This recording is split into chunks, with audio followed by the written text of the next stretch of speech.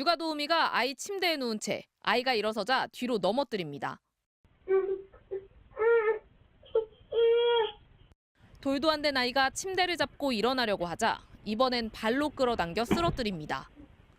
머리를 부딪힌 아이가 칭얼대도 도우미는 그저 누워 있습니다.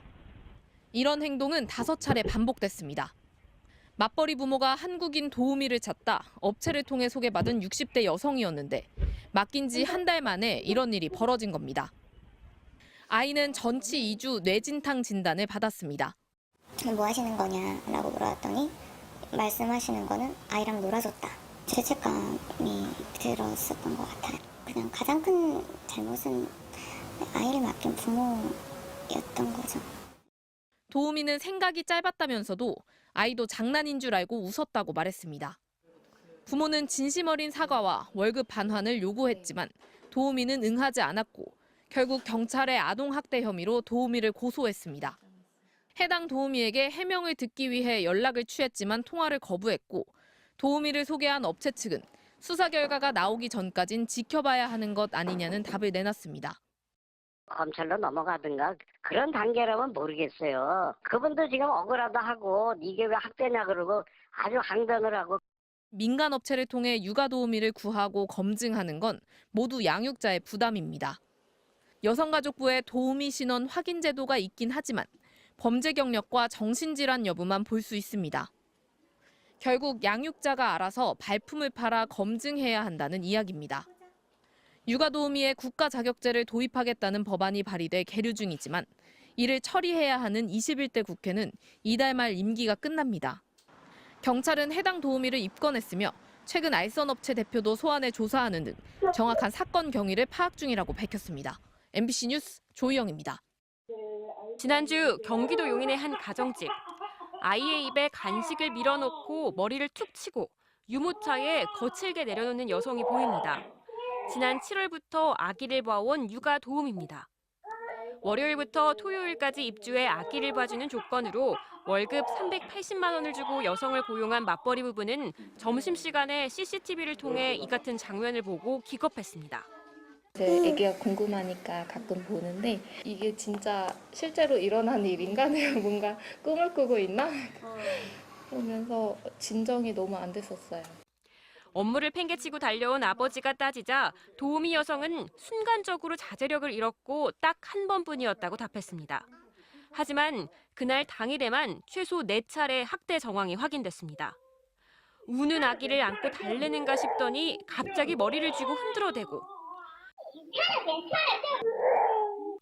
동화책을 보여주는가 싶더니 이내 거칠게 내려놓는 모습도 잡혔습니다.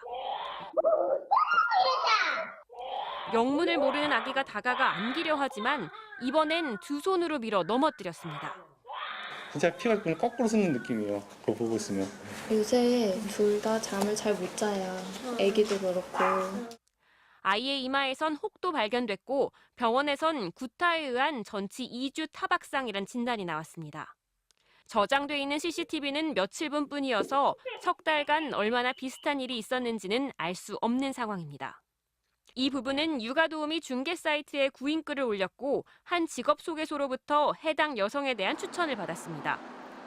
경력 7년의 보육교사 자격증도 있다고 돼 있지만 소개소와 중개 사이트 모두 검증한 적은 없다고 밝혔습니다.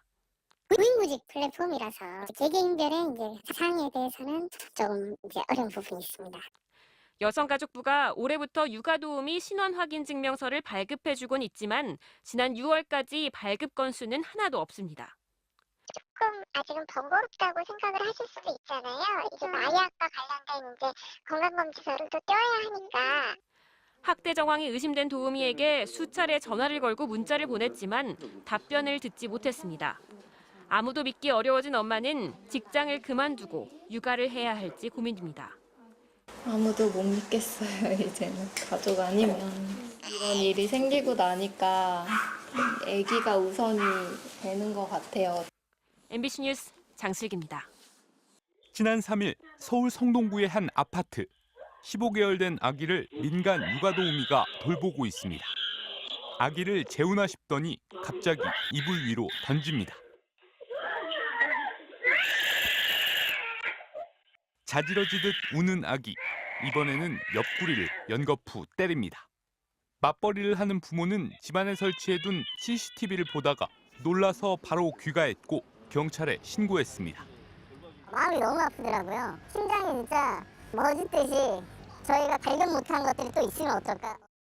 한 집에서 살며 아이를 돌봤던 중국 동포 58살 윤모 씨는 경찰 조사에서 육체적인 피로를 느껴 때렸다며 아동학대 혐의를 시인한 것으로 전해졌습니다. 서울 서초구에서도 비슷한 사건이 발생했습니다. 도우미가 이제 막 100일이 지난 갓난아이를 수유 쿠션 위로 휙 던져버립니다. 쿵 소리가 들릴 정도로 충격이 컸는데 역시 부모가 CCTV를 보다 발견했습니다. 애들 다 재우고 보기 시작했는데 손이 떨려서 못 보겠는 거예요. 그렇게 사람의 탈을 쓰고 말 못한 애기한테. 중국 동포 64살 김모 씨는 아기를 미워한 적이 없다면서 영상에 왜 그렇게 찍혔는지 모르겠다고 혐의를 부인한 것으로 알려졌습니다. 당초 민간 업체들은 육아 도우미를 추천하면서 음식 잘하는 착한 분이다. 애들도 너무 이뻐하신다고 소개했습니다. 숙식을 제공하고 200에서 300만 원씩 월급을 줘도 사람을 구하기 힘든 부모 입장에선 업체의 소개를 전적으로 믿을 수밖에 없었습니다. 아동학대 이력은 없는지, 아동학대 예방교육을 받았는지 직접 확인할 방법은 없습니다. 이 가정에 입주 육아도우미를 소개한 민간 업체들은 취재에 응하지 않았습니다. 예, 안녕하세요. 저 MBC의 신재용 기자라고 하는데요. 네, 그런 거 필요 없습니다. 정부는 민간 육아도우미의 신원을 확인하는 최소한의 요건을 만들기로 했지만 그것도 2022년 1월부터나 가능합니다. 공급이 부족한 상황이라서 대부분의 경우는 민간 육아도우미를 찾을 수밖에 없는데요. 컨트롤 타워가 없기 때문에 모든 책임을 부모가 짊어질 수밖에 없는 상황입니다. 지금으로선 집안에 CCTV를 설치해 면밀히 관찰하는 방법밖에 없어 부모들의 가슴 졸이는 외출은 당분간 계속될 수밖에 없습니다. MBC 뉴스 신재용입니다.